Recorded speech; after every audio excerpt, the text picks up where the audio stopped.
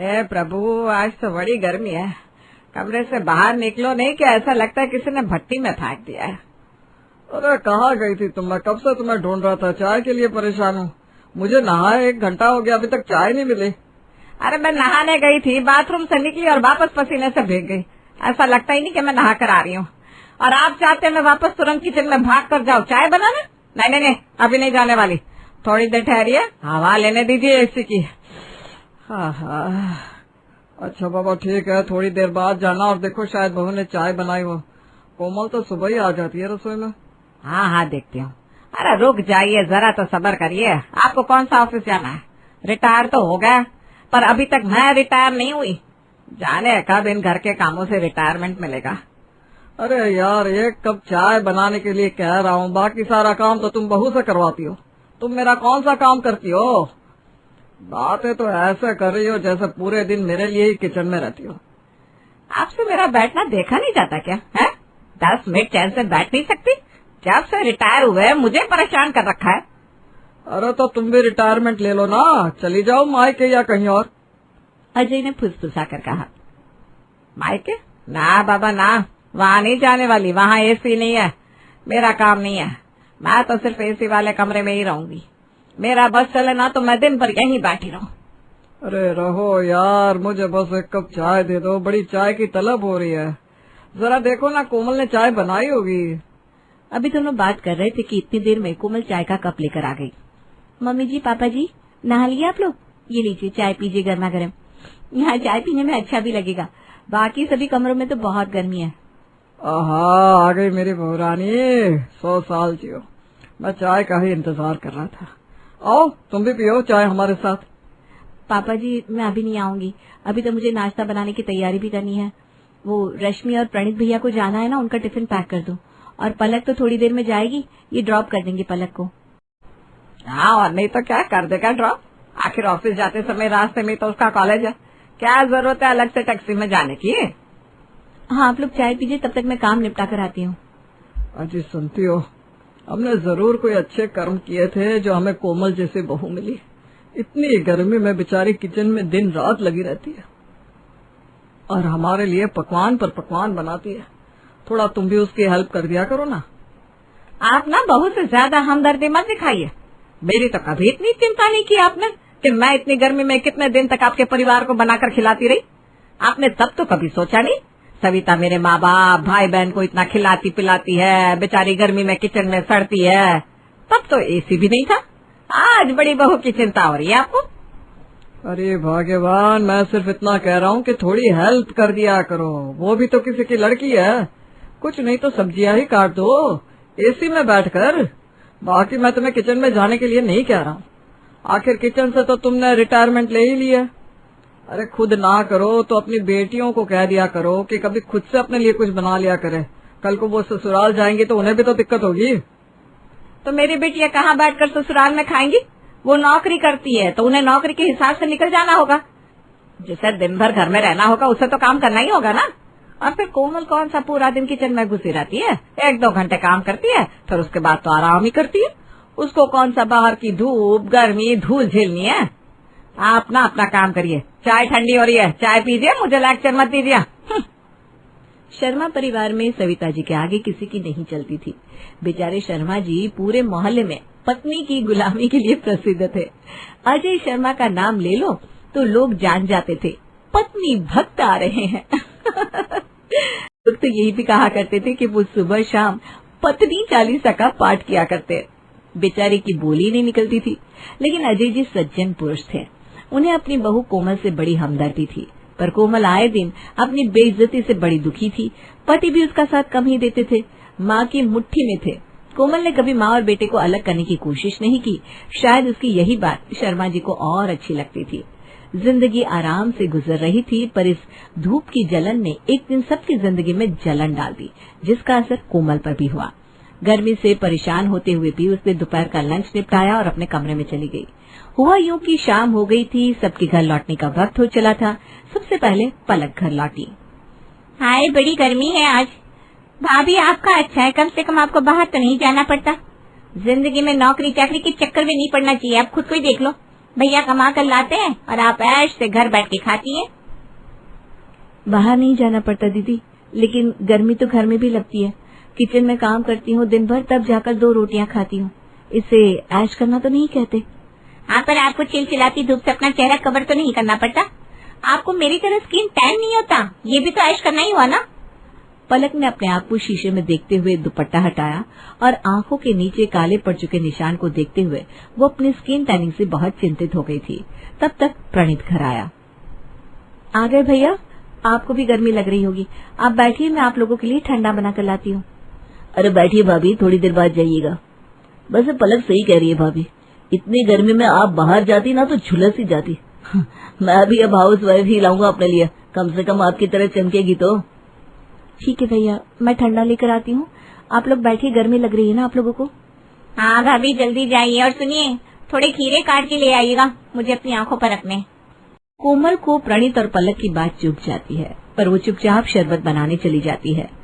पर अब उसे कोई काम करने की इच्छा नहीं हो रही थी, पर फिर भी बेमन से वो शरबत और चाय तैयार करने लगती है। जब वो दोनों हाथ में चाय और शरबत लेकर पहुंचती है, तब पलक और प्रणीत उसे देखकर कहते हैं, अरे भाभी, ये चाय किसके लिए लेकर आई है? ये मैं मम्मी जी और पापा जी को देने जा रही हूँ। वो लोग एसी वाले रूम में बैठे हैं ना, जाहिर सी बात है उन्हें तो बहुत गर्मी नहीं लग रही होगी। ये कहकर कोमल कमरे की तरफ बढ़ गई। पलक और प्रणीत एक दूसरे का मुंह देखने लगे। ये भाभी को क्या हो गया? हाँ, आज उनका मूड कैसे बदला हुआ है? पता नहीं यार, क्या हो सकता है। मेरी किसी बात का बुरा मान गई होगी क्या? हो सकता है मम्मी से कोई लड़ाई झगड़ा हुआ हो। क्या पता, हम दोनों तो घर से बाहर ही थे। अपना अपना शरबत उठाकर पलक और प्रणीत अपने अपने कमरों में चले गए। तभी डोरबेल बजी। कोमल दौड़ी दौड़ी आई और ड्राइंग रूम में देखा तो पलक और प्रणीत दोनों ही अपने अपने कमरों में जा चुके थे। हार कर उसे दरवाजा खोलना पड़ा। रश्मि उसे देखकर मुस्कुराई, पर उधर रसोई घर में कुकर सीटी पर सीटी दे रहा था। कोमल झुंझलाती हुई रसोई घर की तरफ भागी और उसने रश्मि के हेलो का जवाब भी नहीं दिया। इधर रश्मि को कोमल का यूं भागना और दौड़कर जाना अच्छा नहीं लगा। उसे लगा ऐसा भी क्या हो गया, मैं ही तो आई थी। कमरे के अंदर आते हुए रश्मि सीधे माँ के कमरे में चली गई। माँ, भाभी को क्या हुआ है? आज बड़े तैयारियां चढ़ाकर दरवाजा खुला गया। आप दोनों में झगड़ा हुआ है क्या? नहीं तो, ऐसे तो कोई बात नहीं। मैंने तो उसे कुछ कहा भी नहीं, बल्कि मैं तो सुबह से ही उसके पास गई नहीं हूँ। कमरे में ही लाकर उसने खाना दे दिया, चाय दे दी। अभी अभी शाम की चाय देकर गई है। मुझे तो ऐसा कुछ महसूस नहीं हुआ। तेरा वहम होगा बेटा। पता नहीं, तुम लोगों के नाटक मुझे नहीं पता। ये कहकर रश्मि अपने कमरे में चली गई। हाथ मुंह धोकर वापस आई तो कोमल किचन में नहीं थी। उसे बहुत ही बुरा लगा। वो ड्राइंग रूम में खड़ी होकर चिल्लाई, मैं दिन भर की थकी घर आई हूँ और किसी को मेरी चिंता नहीं है। पापा मम्मी यहाँ आइए दोनों। उसने आवाज देकर सविता और अजय जी को ड्राइंग रूम में बुलाया। दोनों रश्मि की आवाज सुनकर बाहर आए। प्रणीत और पलक भी अपने अपने कमरों से बाहर आए। अरे क्या हुआ, चिल्ला क्यों रही हो दीदी? आखिर हुआ है क्या? कुछ नहीं हुआ, मैं इतना थक कर घर आई हूँ और किसी को मुझे चाय पानी देने तक की फुर्सत नहीं है। अरे क्या हुआ रश्मि बेटा, इतना गुस्सा क्यों कर रही हो? अभी रुको, कोमल को बुलाती हूँ। कोमल, अरे ओ कोमल, जल्दी से ड्राइंग रूम में आओ। आवाज सुनकर कोमल बाहर आई। कोमल को देखते ही सविता का गुस्सा फूट पड़ा। कहाँ रह गई तुम? है? अरे रश्मि इतना गर्मी से थक हार कर बाहर से आ रही है और तुम एक गिलास पानी तक नहीं दे सकी। उसे देखते ही जाकर अपने कमरे में बैठ गई। हाँ, तो बाहर से आ रही है तो कोई मेरे ऊपर एहसान कर रही है? आप लोग सब अपना अपना जॉब कर रहे हैं, हद हो गई। अरे जो आ रहा है वो सब मुझे सुना रहा है। आपकी तो ऐश है, बाहर नहीं जाना पड़ता, धूप नहीं लगती, आपको गर्मी नहीं लगती। अरे मैं यहाँ 24 घंटे किचन में खड़ी होकर सबके लिए चाय नाश्ता खाना बनाती रहती हूँ। मैं कोई नौकरानी हूँ क्या? क्या मुझे गर्मी नहीं लगती? हाउस वाइफ की जिंदगी नहीं होती है क्या? कोमल बोलते बोलते रो पड़ी। सविता जी आश्चर्य से कोमल को देखते रह गई। अरे क्या हुआ कोमल बेटा, तुम इतने भावुक क्यों हो गई और रो क्यों रही हो? तुम्हें किसी ने कुछ कहा क्या? तुम्हें कोई बात बुरी लगी? नहीं पापा, बस मुझे ये लगता है कि सब सोचते हैं कि मैं मुफ्त की रोटियां तोड़ रही हूँ। मेरे बहुत ऐश है, मैं घर में बहुत आराम कर रही हूँ। जबकि सच तो ये है कि मैं सुबह 5 बजे से लेकर रात के 12 बजे तक किचन में खटती रहती हूँ। मुझे एक मिनट का भी आराम नहीं है। गर्मी में मैं 30 से 35 रोटियां सेकती हूँ, सबकी नाश्ता पानी चाय का प्रबंध करती हूँ, खाने का प्रबंध करती हूँ। कोई आता है तो मैं आराम छोड़कर उठकर उसके लिए पानी लाती हूँ और सब आकर मुझे सुनाते हैं मैं आराम कर रही हूँ। पलक समझ गई। जो उसने कह दिया आपको धूप में नहीं जाना पड़ता, आप क्या गर्मी झेल रही हो, गर्मी तो हम झेल रहे हैं, उस बात का कोमल को बुरा लग गया है। वाह भाभी, आप तो मेरी छोटी सी बात को लेकर बैठ गई। मैंने तो बस इतना ही कहा था, अच्छा है आपको धूप में जाना नहीं पड़ता। आप तो बात का बतंगड़ बना रही है। हाँ, और जो बात पलक से हुई उसमें मेरी क्या गलती थी? मैंने तो आपसे कुछ भी नहीं कहा। मैं आई और आपने पलक का सारा गुस्सा मेरे ऊपर निकाल दिया। नहीं, ऐसी बात नहीं है। सब ये सोचते हैं कि मैं घर में आराम कर रही हूँ, जबकि सच यह है कि मैं आप सबसे ज्यादा थक जाती हूँ घर पर रहकर भी। आप लोग तो लौट कर आराम करते हैं, मैं दिन का काम निपटा के तुरंत शाम की तैयारी करती हूँ, रेस्ट कभी नहीं करती। रश्मि, कोमल, पलक आदि को आपस में लड़ता देख प्रणीत का सर दर्द होने लगा। प्रणीत गुस्से से बोला, ओहो, आप औरतें भी ना घर में सुकून ना लेने दो। मैं जा रहा हूँ बाहर, लड़ो आप लोग। जैसे ही वो बाहर जाने लगा, उसने देखा कि दरवाजे पर विनीत खड़ा बहुत देर से उन सबकी बातें सुन रहा था। विनीत ने कोमल की तरफ गुस्से से देखा और कहा, सच ही तो है कोमल, तुम सच में ऐश ही तो कर रही हो।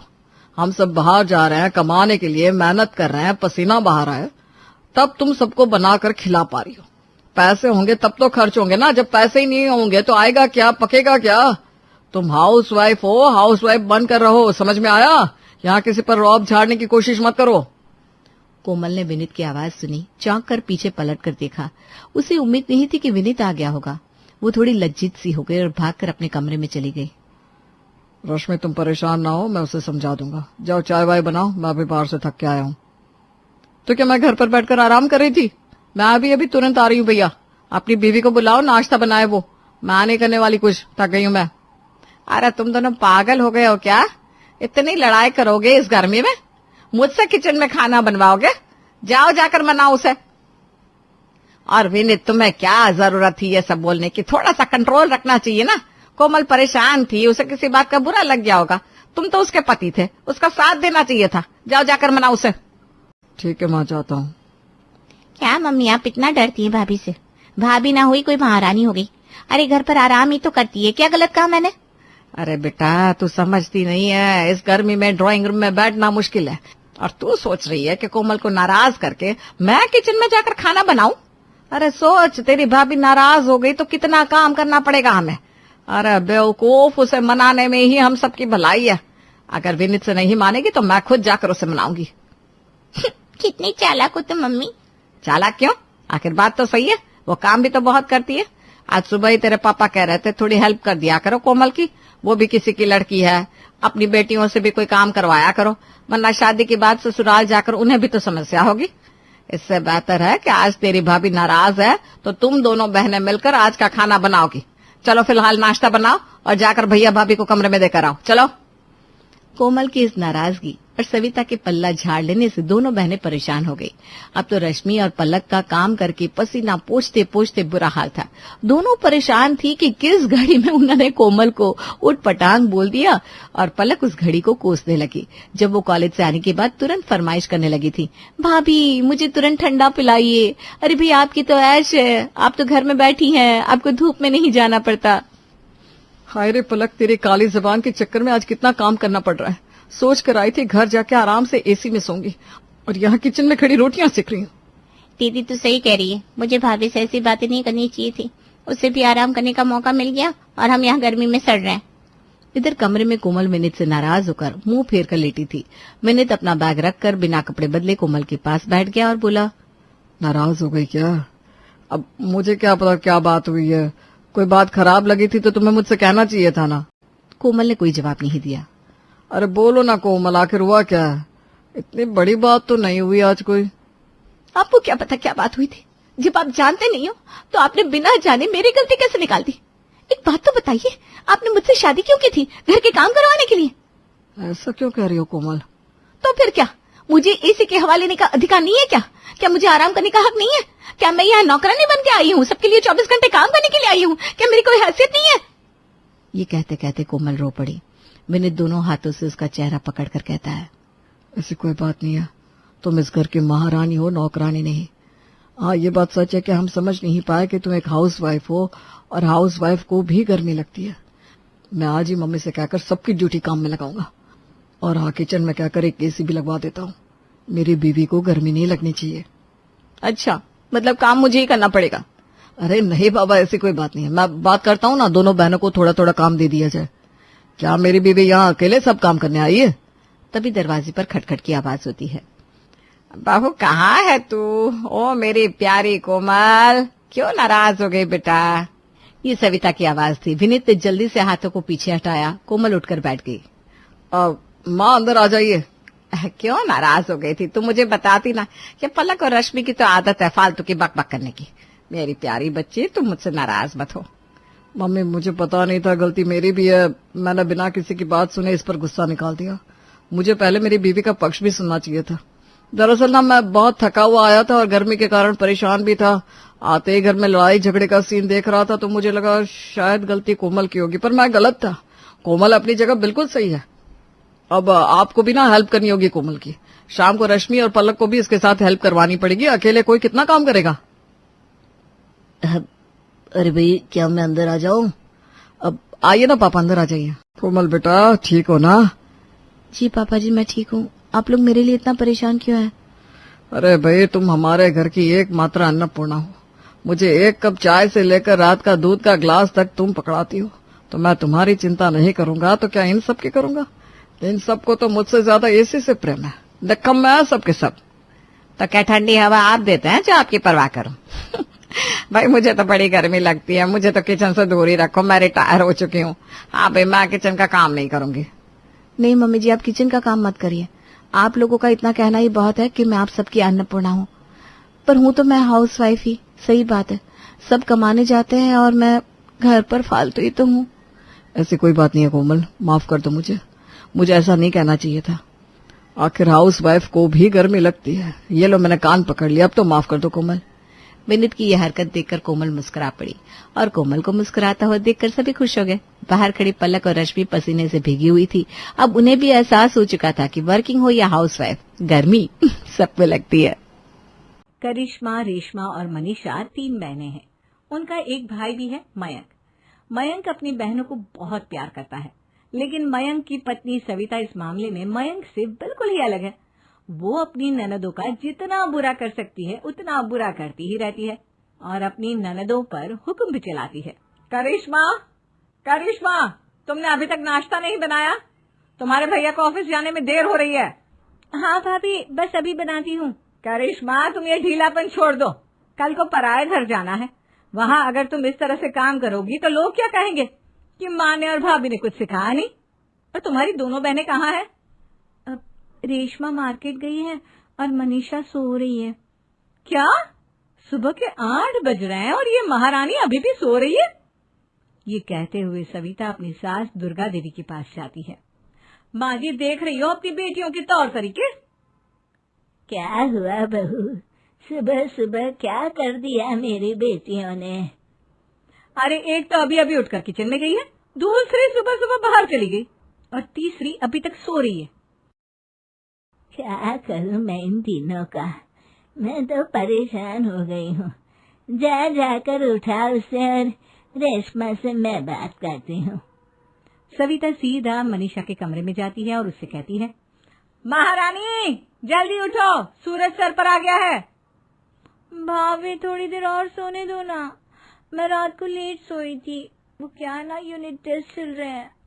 शराफत से उठती है या नहीं, या फिर पानी की भरी बाल्टी डालूं तेरे ऊपर? नहीं भाभी, मुझे बिस्तर में नहीं नहाना, उठती हूँ मैं।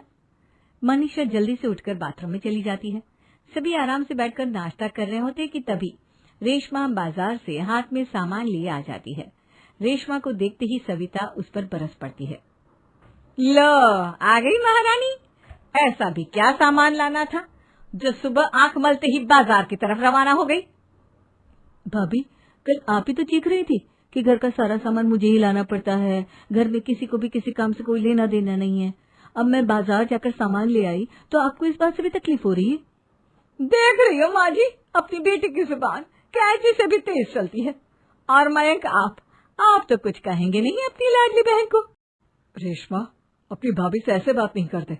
चलो माफी मांगो। भैया, मैं क्यों माफी मांगू? आप भाभी से बोलिए ना कि हम पर कम हुक्म चलाया करे। हम इस घर की बेटियां हैं और आपकी पत्नी की ननद है, नौकरानी नहीं। लो कर लो बात। इनकी भलाई के लिए कुछ भी बोलो तो इन्हें बुरा लग जाता है। इस घर में यही इज्जत है मेरी। देख लो माँ जी, आपकी बेटी किस लहजे में मुझसे बात कर रही है। सविता वहां से चली जाती है। मयंक को बहुत गुस्सा आता है, वो भी वहां से चला जाता है। फिर करिश्मा रेशमा को समझाती है। रेशमा, तुम्हें भाभी से माफी मांग लेनी चाहिए थी ना। लेकिन दीदी मैंने कुछ किया ही नहीं, तो मैं माफी क्यों मांगू? हाँ करिश्मा दीदी, रेशमा दीदी जैसे ही घर में आई भाभी ही उन पर चिल्ला रही थी। हाँ, मैं मानती हूँ कि गलती भाभी की थी। मैं तो इसलिए बोल रही हूँ कि भाभी ने माँ को तो पूरी तरह अपने वश में कर लिया है। वो हमारी बात सुनती ही नहीं। मयंक भैया हमारे लिए हमेशा खड़े रहते हैं, इसलिए उनकी बात का मान तो तुम्हें रखना चाहिए था ना। कोई फायदा नहीं दीदी, कुछ दिनों की बात और है, भाभी उन्हें भी हमारे खिलाफ भड़का देंगी। फिर वो भी माँ की तरह हमारी किसी बात का विश्वास नहीं करेंगे। इसी तरह सविता अपनी तीनों ननदों को किसी न किसी बात पर परेशान करती रहती थी। एक दिन मयंक अपनी तीनों बहनों के लिए गिफ्ट लाया। करिश्मा, ये तुम्हारे लिए हार का सेट, रेशमा तुम्हारे लिए सुंदर सी ड्रेस, और मनीषा तुम्हें किताबें पसंद है ना, तुम्हारे लिए किताबें लाया हूँ। थैंक यू भैया। थैंक यू भैया। थैंक यू भैया। करिश्मा, तुम्हारा नेकलेस कितना सुंदर है, ये भैया कहाँ से ले आए होंगे? मैंने भैया को 3 दिन पहले फोन पर ये डिजाइन दिखाया था और आज भैया ये ले आए। सविता तो अपनी ननदों के गिफ्ट्स देखकर जल गई और करिश्मा का नेकलेस तो उसे भी बहुत पसंद आया था। अपनी बहनों के लिए कितना अच्छा नेकलेस लेकर आए हैं, मुझे कभी कोई गिफ्ट नहीं दिया। मैं आज ही ये हार चुरा लूंगी। रात में सविता करिश्मा का हार चुरा लेती है और इसी तरह उसे अपनी ननदों की जो भी चीज अच्छी लगती वो उसे मांगती नहीं, बल्कि रात के अंधेरे में चुरा लेती। इसी तरह दिन बीतते गए और सविता ने मयंक के दिल में भी उसकी बहनों के लिए नफरत पैदा कर दी। एक दिन मयंक ने करिश्मा और रेशमा के लिए रिश्ता देखा और ये बात उसके घर में सबको बताई। माँ, करिश्मा और रेशमा के लिए बहुत अच्छा रिश्ता आया है, वो लोग कल इन्हें देखने आ रहे हैं। आप और सविता मिलकर सारी तैयारी कर लेना। ये सुनकर करिश्मा और रेशमा खुश हो जाती हैं, लेकिन सविता सोचती है, अगर इन दोनों बहनों की शादी हो गई तो घर और बाहर का काम कौन करेगा? मनीषा तो 1 नंबर की कामचोर है, उससे तो किसी बात की उम्मीद लगाना ही बेकार है। मुझे इस शादी को रोकना होगा। अगले दिन सभी लड़के वालों के स्वागत की तैयारी करने में लगे होते हैं। तभी मयंक अपनी बहनों से आकर कहता है, तैयार हो गई तुम दोनों? देखो, दोनों लड़के बहुत अच्छे हैं, मैं कोई कसर नहीं छोड़ना चाहता, इसलिए तुम उनके सामने अच्छे से बिहेव करना और अपनी भाभी से लड़ने मत लग जाना।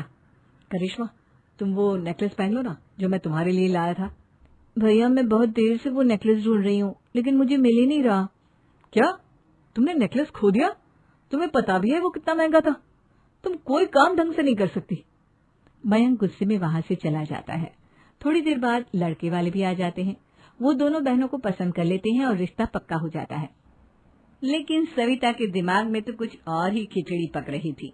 वो पंडित जी के पास करिश्मा की कुंडली लेकर जाती है और उन्हें पैसे देकर करिश्मा की कुंडली बदलवा देती है। जब लड़के वालों के पास करिश्मा की कुंडली जाती है तो वो दुर्गा को फोन करते हैं। बहन जी, हमने करिश्मा की कुंडली अपने पंडित जी को दिखाई थी। आपकी बेटी की कुंडली नहीं बल्कि दोषों का पिटारा है। देखिए, मैं और मेरे पति इन सब बातों में बहुत विश्वास करते हैं, इसलिए हम आपकी बेटी से अपने बेटे की शादी नहीं करा सकते। इस तरह करिश्मा का रिश्ता टूट जाता है और सभी घर वालों को बहुत दुख होता है। अब कविता सोचती है, चलो करिश्मा का तो रिश्ता टूट गया, अब रेशमा का भी रिश्ता तोड़ना है। क्या करूं क्या करूं? अब सविता आवाज बदलकर किसी अननोन नंबर से रेशमा की होने वाले ससुराल में फोन करती है।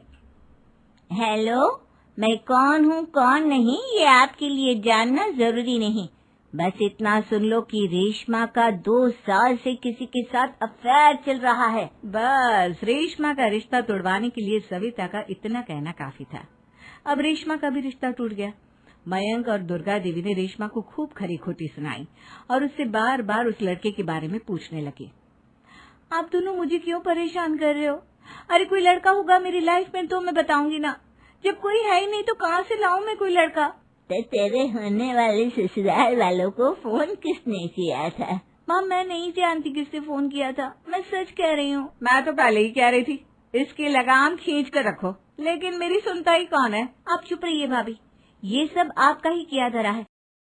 अब तीनों बहनों को विश्वास हो जाता है कि ये सब उनकी भाभी ही कर रही है। तीनों बहनें अपनी भाभी को सबक सिखाने के लिए एक वकील कर लेती है और घर में हिस्सा मांगना। देखो भैया, माँ बाप की जायदाद में जितना बेटों का हक होता है उतना ही बेटियों का, इसलिए इस घर के 4 हिस्से होंगे और हमें अपना हिस्सा चाहिए। मैंने तुम्हारे लिए क्या क्या नहीं किया और तुम इस घर में हिस्सा मांग रही हो? भैया, आप और माँ हम बहनों की कोई बात नहीं सुनते हो और भाभी हमारी शादी नहीं होने देगी क्योंकि उन्हें लगता है कि आप हमारी शादी में ज्यादा पैसा लगाओगे और उन्हें हम जैसी फ्री की नौकरानी कहाँ मिलेगी। तो हम भाभी के साथ तो रह नहीं सकते, हम बहनों को अपना हिस्सा चाहिए। अरे तुम्हें शर्म आनी चाहिए अपनी भाभी पर ऐसा इल्जाम लगाते हुए। वो तुम्हारे बारे में कितना सोचती है। हाँ माँ, भाभी हमारे बारे में बहुत सोचती है। दिन रात बस यही सोचती रहती है कि किस तरह से अपनी तीनों ननदों को परेशान करूं और कभी मुझे पढ़ने भी नहीं देती। दोनों बहनों का रिश्ता भी तो इन्होंने ही तुड़वाया है और रात में हमारे कमरे में आकर हमारी चीजें भी चुराती हैं। इसी तरह सविता की तीनों ननदें अपनी बात पर अड़ी रही। अब कोर्ट में तारीख भी शुरू हो गई। जब सविता को लगा कि उसकी तीनों ननद इतनी आसानी से नहीं मानने वाली, तो उसने अपने पति और सास को सारी सच्चाई बता दी और अपनी तीनों ननद से माफी मांगी। मयंक और दुर्गा को भी अपनी गलती का एहसास हो गया। अब सविता खुद करिश्मा और रेशमा के लिए अच्छा रिश्ता ढूंढती है और उनकी शादी करवाती है। बड़ी बहू, मंझली बहू, छोटी बहू, जल्दी नीचे आओ, गजब हो गया, जल्दी से आओ। माधवी, मानसी और मेनका विमला की 3 बहुएं हैं। विमला इनकी काम चोरी की आदत से बहुत परेशान रहती है, इसलिए उसने इनके लिए एक नौकरानी भी रखती है। लेकिन विमला सुबह सुबह क्यों चिल्ला रही है? आखिर ऐसा क्या हो गया है? चलिए जानते हैं। हाय राम, क्या हो गया माँ जी को जो सुबह सुबह गला फाड़ फाड़ कर चिल्ला रही हैं? माँ जी को नींद आती नहीं और वो हमें सोने देते नहीं, क्या करे माँ जी का? क्या हुआ माँ जी, इतनी सुबह सुबह क्यों चिल्ला रही हो? मुझे कोई शौक नहीं है चिल्लाने का, लेकिन बात ही कुछ ऐसी है, मैंने तो फिर भी बर्दाश्त कर लिया। अगर तुम तीनों सुनोगी ना तो बीमार ही पड़ जाओगी। ऐसा भी क्या हुआ है माँ जी जो आप इतनी पहेलियाँ बुझा रही हो? बात क्या है, हमें तो समझ में नहीं आ रहा। जो मैंने तुम्हारे लिए काम वाली रखी थी ना, वो काम छोड़कर भाग गई। क्या? क्यों? क्या? हाँ हाँ हाँ, और बोल कर गई है कि आपकी काम चोर बहुओं का काम मैं नहीं कर सकती। अब क्या होगा? मेरे तो सर में दर्द शुरू हो गया। मेरी तो कमर में कल रात से दर्द है। मेरी भी तबीयत कुछ ठीक नहीं लग रही। कहा था ना मैंने, खबर सुनते ही तुम तीनों बीमार पड़ जाओगी। अब नाटक करने की ज़रूरत नहीं है, चलो जल्द से जल्द काम में लग जाओ तीनों। तब तक पड़ोस वाली से किसी दूसरी नौकरानी का पूछ कर आती हूँ। तीनों बिना मन के काम करने लगी और काम करते करते एक दूसरे से लड़ने लगी। थोड़ी देर बाद विमला अपने साथ एक नौकरानी लेकर आई। बड़ी बहू, ये लाजो है, हमारे पड़ोसन के घर काम करती है। आज से ये हमारे घर में भी काम करेगी। अच्छा हुआ माँ जी आप लाजो को ले आई। लाजो सुनो, ये कपड़े धो लो। लाजो, मैं भी कपड़े लाती हूँ, वो भी धो देना। उन दोनों की बात सुनकर मेनका भी अपने कपड़े लेकर आई और उसने भी लाजो से कपड़े धोने को कहा। अपनी बहुओं की ये बात सुनकर विमला ने उन्हें गुस्से से डांटा। तुम्हारी इन्हीं हरकतों की वजह से पहले 3 नौकरानियां यह घर छोड़कर जा चुकी है, अब तुम लाजो के साथ भी ऐसा ही करोगी? अरे पहले उसे सांस तो लेने दो, अभी अभी तो वो आकर खड़ी हुई है। कोई बात नहीं, मैं कर लूंगी। लाजो कपड़े धोने लगी। अब तीनों बहुएं रोज लाजो से बहुत काम करवाती। एक दिन सुबह सुबह लाजो ने सबके लिए पोहा बनाया। तुमने पोहा क्यों बनाया? मुझे पसंद नहीं है। तुम एक काम करो, आलू के पराठे बना दो। लाजो आलू के पराठे बनाने लग जाती है। तभी मानसी कहती है, लाजो तुम पराठे बाद में बनाना, पहले मेरे लिए अंडा बना दो। क्यों, तुम कहीं जा रही हो क्या?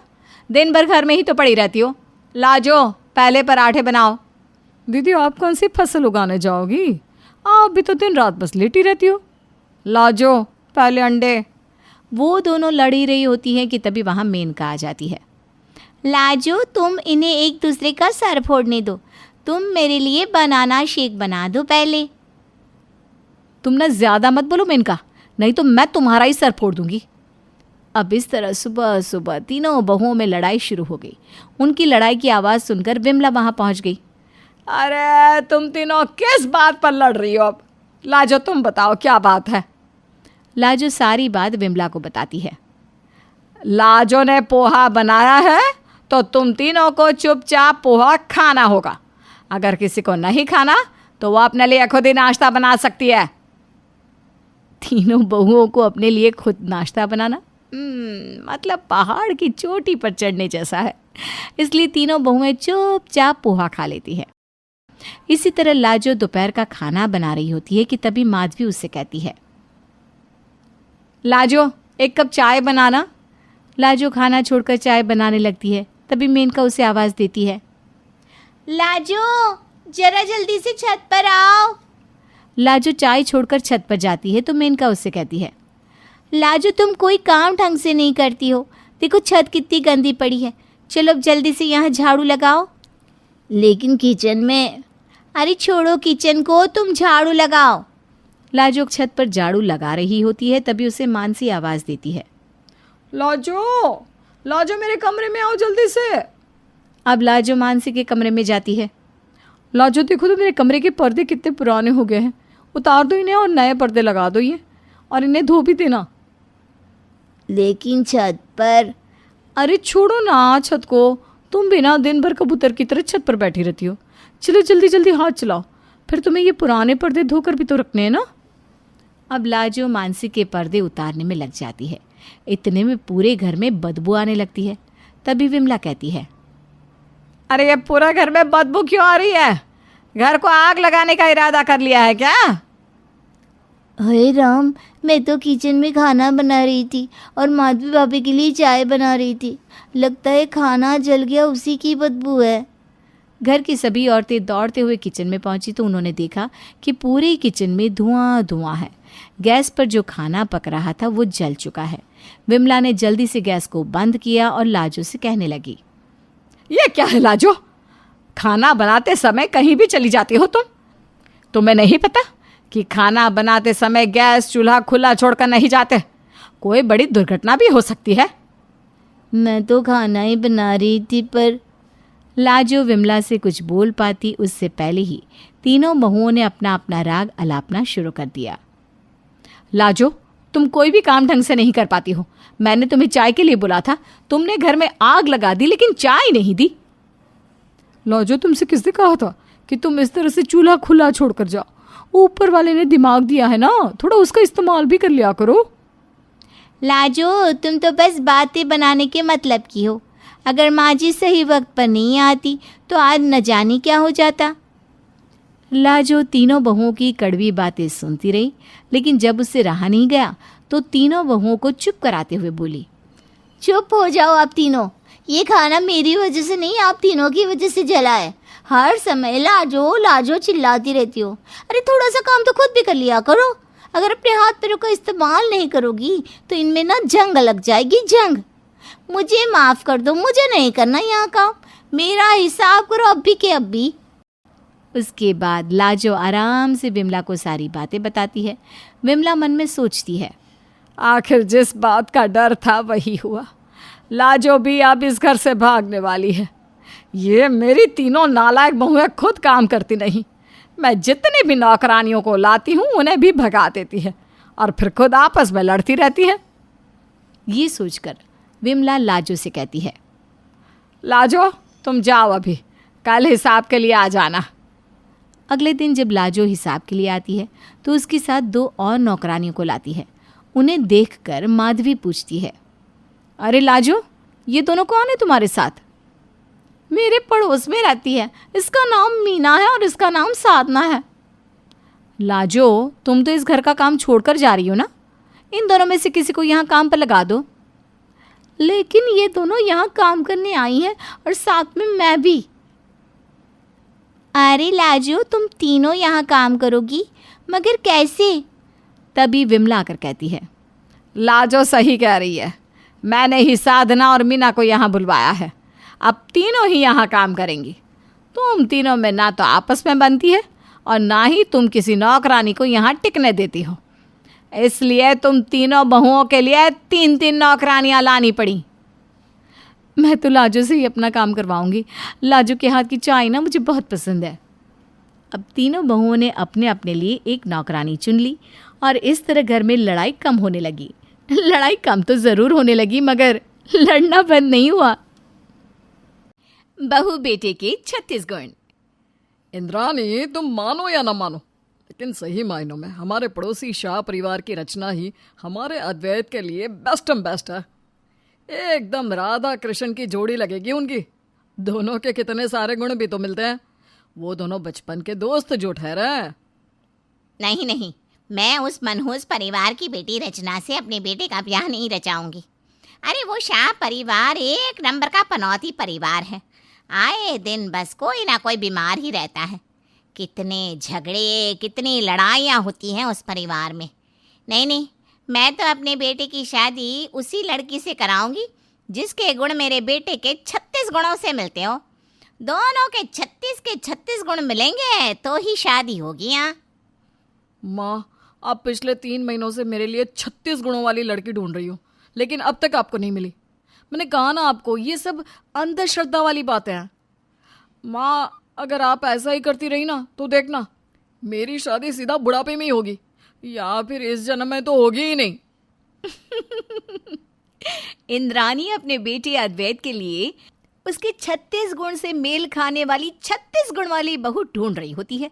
और इसी सिलसिले में वो हर रोज पंडित जी को फोन कर करके खबर लेती रहती है। हेलो पंडित जी, आज तो कोई अच्छी सी खबर दीजिए। मैं कोई ऐसी लड़की ढूंढ रही हूँ जिसके 36 गुण मेरे बेटे के 36 गुणों से मिलते हो। हेलो जी, बोलिए। हेलो, मौन व्रत धारण कर लिया है क्या आपने? हेलो पंडित जी, चल बसे क्या? हाय हाय। अरे इंद्राणी, मैं हूँ तुम्हारा पति बलवंत। ये मूली की सब्जी ला रहा हूँ और साथ ही पापड़ भी। आज मसाला पापड़ बनाना। हाँ हाँ, चलो रखो फोन। इंद्राणी पंडित जी को फोन लगाने जाती है, तभी अचानक घर की घंटी बजती है और स्वयं पंडित जी होते हैं दरवाजे पर। अरे पंडित जी, आप 100 वर्ष नहीं जिएंगे। मेरा मतलब है जिएंगे। देखिए इंद्राणी जी, हमने बहुत कोशिश की है, लेकिन आपको जैसी बहू चाहिए ना वैसी बहू मिलना बहुत मुश्किल है। और वैसे भी कुंडली मिलाप करते समय अगर दोनों वर वधू के 36 में से 18 गुण भी मेल खा ले तो भी रिश्ता जुड़ सकता है। शादी के बाद का जीवन सुखमय हो सकता है इंद्राणी जी। नहीं नहीं, मुझे तो 36 गुण वाली बहू ही चाहिए। लेकिन इंद्राणी जी, जरूरी नहीं कि 36 गुण मिलने के बाद शादीशुदा जीवन में बाधाएं ना आए। राम जी और सीता मैया के जीवन में भी कितनी मुश्किलें आई थी, जबकि उनके तो पूरे 36 के 36 गुण मिले थे ना। लेकिन ना जी ना, इंद्राणी तो अपने जिद पर ही अड़ी थी कि उसके बेटे के साथ 36 के 36 गुण के मेल खाने वाली लड़की ही चाहिए। और खुशकिस्मती से कुछ दिनों बाद निशा नाम की एक लड़की के सारे 36 गुण अद्वैत के गुणों से मिलते हैं और रिश्ता पक्का हो जाता है। और निशा अब इंद्राणी की बहू बनकर घर आती है। निशा बहू, अब तू आ गई है ना। अब देखना, तेरे और अद्वैत के 36 गुण मिल गए हैं। अब तुम दोनों की जैसी जोड़ी पूरे चांदनी चौक में नहीं होगी किसी की।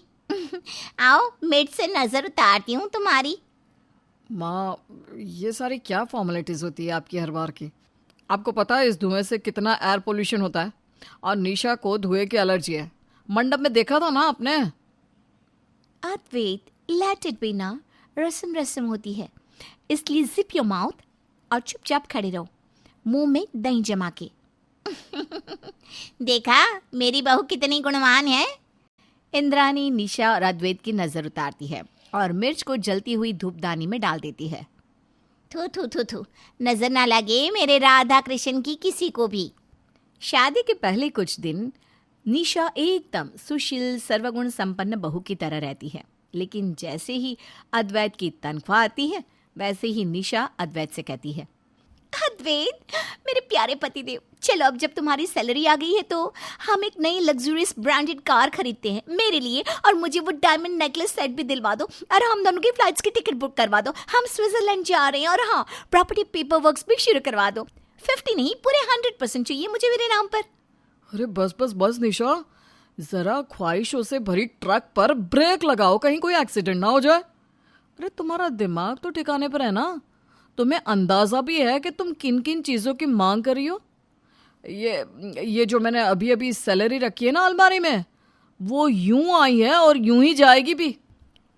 शादी के फंक्शंस और बाकी ताम झाम के खातिर लिए गए सामानों की वजह से मुझे अब कई सारे EMIs चुकाने हैं। सॉरी निशा, हमारा हनीमून तो इसी कमरे में रुई के गद्दों पर AC चला के नकली का स्विट्जरलैंड बना के ही होगा। और रही बात जायदाद की तो वो तो मैं तुम्हें पूरी की पूरी दे नहीं सकता, वो मेरे हाथ में ही नहीं है। तुम्हें क्या मैं घन चक्कर लगती हूँ जो तुम्हारी इतनी चिकड़ी चुपड़ी बातों में आ जाऊंगी? निशा और अद्वैत का शोर शराबा सुनकर इंद्रानी और बलवंत भी वहां आ जाते हैं। अरे ये क्या हुआ? इतना क्यों गरम तवे की तरह तप रही हो निशा बहू? अद्वैत बेटा, जरूर तूने ही कुछ ना कुछ बोला होगा इस फूल सी बच्ची को। हाँ, तेरी तो आदत ही ऐसी है, तो कभी बाज नहीं आएगा अपनी हरकतों से। रुक, अभी इस लकड़ी से तेरी पिटाई करता हूं मैं। अरे पापा रुकिए तो, आप जैसा समझ रहे हैं वैसा बिल्कुल भी नहीं है। अरे मैंने कुछ नहीं किया है, बल्कि निशा ही जायदाद का पूरा हिस्सा, स्विट्जरलैंड की ट्रिप, डायमंड नेकलेस का सेट और पता नहीं क्या क्या मांग रही है। ऑब्वियसली तुमसे ही मांगूंगी ना सब कुछ, अब क्या पड़ोसियों से मांगूंगी? तुम मेरे पति हो और मैं तुम्हारी पत्नी हूँ, और मेरी इच्छाएं पूरी करना, उनका पालन करना, ये तुम्हारा पति धर्म है। और वैसे भी 36 गुण वाली बहू हूं मैं। पत्थर तो हर जगह मिलते हैं, पर मुझ जैसा हीरा मुश्किल से ही मिलता है। माँ जी समझाइए कुछ अपने बेटे को। अद्वैत बेटा, मान लेना बहू की मांग, जहाँ इतने लोन निकालिए वहाँ थोड़ा और। अब इसे तो तू ही खुश रख सकता है ना। देख अद्वैत, बड़ी मुश्किल से मिली है मुझे ये बहू, अगर ये चली गई तो रहना जिंदगी भर कंवारा, फिर खुद ही खुद से शादी कर लेना। इंद्रानी और बलवंत इतना कहकर वहां से चले जाते हैं। निशा की ख्वाहिशें पूरी करने के लिए अद्वैत बहुत कोशिश करता है, लेकिन वो पैसे इकट्ठा नहीं कर पाता। क्या? ऐसे कैसे नहीं ला पाए तुम पैसे? मेरी ही गलती थी जो मैंने तुमसे शादी करने के लिए हामी भरी। मैं जा रही हूँ तुम्हें छोड़कर, मुझे नहीं रहना तुम्हारे साथ एक छत के नीचे। जो आदमी मेरी विशेष पूरी ना कर सके, मैं उसके साथ अपनी लाइफ नहीं गुजार सकती। अरे नहीं नहीं निशा बहू, रुक जा तू। अरे ओ अकल मुँह है, बहुत दिनों से कंटाप नहीं बजाना, इसलिए इतने चौड़े हो गए हो। रोको इसे। निशा, निशा प्लीज डोंट डू दिस। इतनी सी बात के लिए तुम इतना बड़ा फैसला ले रही हो, नॉट फेयर यार। और तुम जो कर रहे हो वो फेयर है क्यों मिस्टर 36 गुण? हाँ, अब ढूंढते बैठो माँ जी अपने बेटे के लिए नई 36 गुण वाली लड़की। कास्टिंग अभी इसी पल से शुरू कर दीजिए 36 गुण वाली लड़की ढूंढने की। अरे ना ना ना बहू, ऐसा मत बोल, मेरे बेटे के जीवन में संकट के बादल मंडराने लगेंगे। इतनी कठोर ना बन। तू जो कहेगी अद्वैत वही करेगा। ए गधेड़े, करेगा ना? हाँ हाँ ऑफ कोर्स करूँगा। बाकी मैं तुम्हारे लिए माउंट एवरेस्ट तक चढ़ जाऊंगा नंगे पैर, बस फिर चाहे मुझे कितना भी बुखार चढ़ जाए, कोई गिला शिकवा नहीं। निशा कुछ पल सोचती है और फिर खुराफाती अंदाज से मुस्कुराकर कहती है, ठीक है, जोरू का गुलाम ये तो सिर्फ किस्से कहानियों में ही सुना था। अब तुम ये रियल लाइफ में बनोगे मेरे जोरू का गुलाम। मैं जो कहूंगी वो करोगी, ना नुकुर किए बिना, तभी मैं तुम्हारे साथ तुम्हारे पास रहूंगी। तो डील पक्की? निशा बहू, ये कैसी वाहियात डील है बेटा। आप चुप रहिए जी। ए अद्वैत, सोच क्या रहा है? हाँ बोलना जल्दी से, हाँ बोल। हाँ हाँ हाँ ठीक है। निशा अपनी मांगे पूरी ना होने पर अद्वैत पर अत्याचार करना शुरू कर देती है। वो उससे ही घर का सारा काम, साफ सफाई, झाड़ू पोछा, बर्तन, खाना, कपड़े धोना, सब काम कराती। बीवियां पतियों के पांव छूती है ना? तो आज तुम मेरे पांव दबाकर उनकी मालिश करोगे। चलो लग जाओ काम पर। निशा, इतना जुल्म क्यों कर रही हो तुम मुझ पर? अद्वैत बेचारा निशा के हर काम को करता ही रहता। निशा की सहेलियां जब घर पर आती तब भी अद्वैत नौकरों की तरह ट्रे लेकर उन्हें चाय पानी और नाश्ता सर्व करता। जब भी बाजार जाना हो वो बॉडीगार्ड की तरह छाता पकड़कर निशा के इर्द गिर्द रहता। रोज रात को 2 घंटा चलकर वो निशा के लिए उसकी पसंदीदा आइसक्रीम भी लाता है और इस तरह निशा उसका जीवन मानो दुश्वर ही कर देती है। इंद्रानी से ये सब देखा नहीं जाता और वो एक दूसरे पंडित जी के पास जाती है। पंडित जी, मेरे बहू और बेटे दोनों के 36 के 36 गुण मिले थे, फिर भी उन दोनों के बीच रोज झगड़े होते हैं। मेरी बहू मेरे बेटे पर दुनिया भर का अत्याचार करती है। अब आप ही बताइए, 36 गुण मिलने के बावजूद भी ये सब हो रहा है। ये देखिए दोनों की कुंडलियाँ। हमने हमारे पहचान के पंडित जी जयंती लाल जी के हाथों कुंडली मिलवाई थी। वो तो अब गांव गए हैं, इसलिए आपके पास आई हूँ। दूसरे पंडित जी निशा और अद्वैत की कुंडलियों को ठीक से निहारते हैं और कहते हैं, हे भगवान, ये तो गलत हो गया इंद्रानी जी। ना तो आपके बेटे के गुण बहू के गुणों से मिलते हैं और ना ही बहू के गुण बेटे के गुणों से। कुंडली मिलन में जयंती लाल पंडित ने गड़बड़ कर दी है। दोष आपके बेटे में भी है और बहू में भी। क्या गुण मिलन हुआ ही नहीं? पर दूसरी तरफ से कहूँ तो ये 36 गुण मिलना, इसका अर्थ ये नहीं कि विवाह के बाद सब ठीक ही हो। मेरे चचेरे भाई का लड़का कल से अस्पताल में है। बीवी ने बेलन फेंक कर सीधा सर पर ही मार डाला। अब उन दोनों के 36 गुण मिले थे इंद्रानी जी, उसके बावजूद भी। बोलिए। इंद्रानी सर पर हाथ धरे रह जाती है। उनकी 36 गुणों की बहू की जिद उन्हीं पर भारी पड़ गई। अब ऐसे में इंद्रानी जी क्या करें, आप ही बताइए।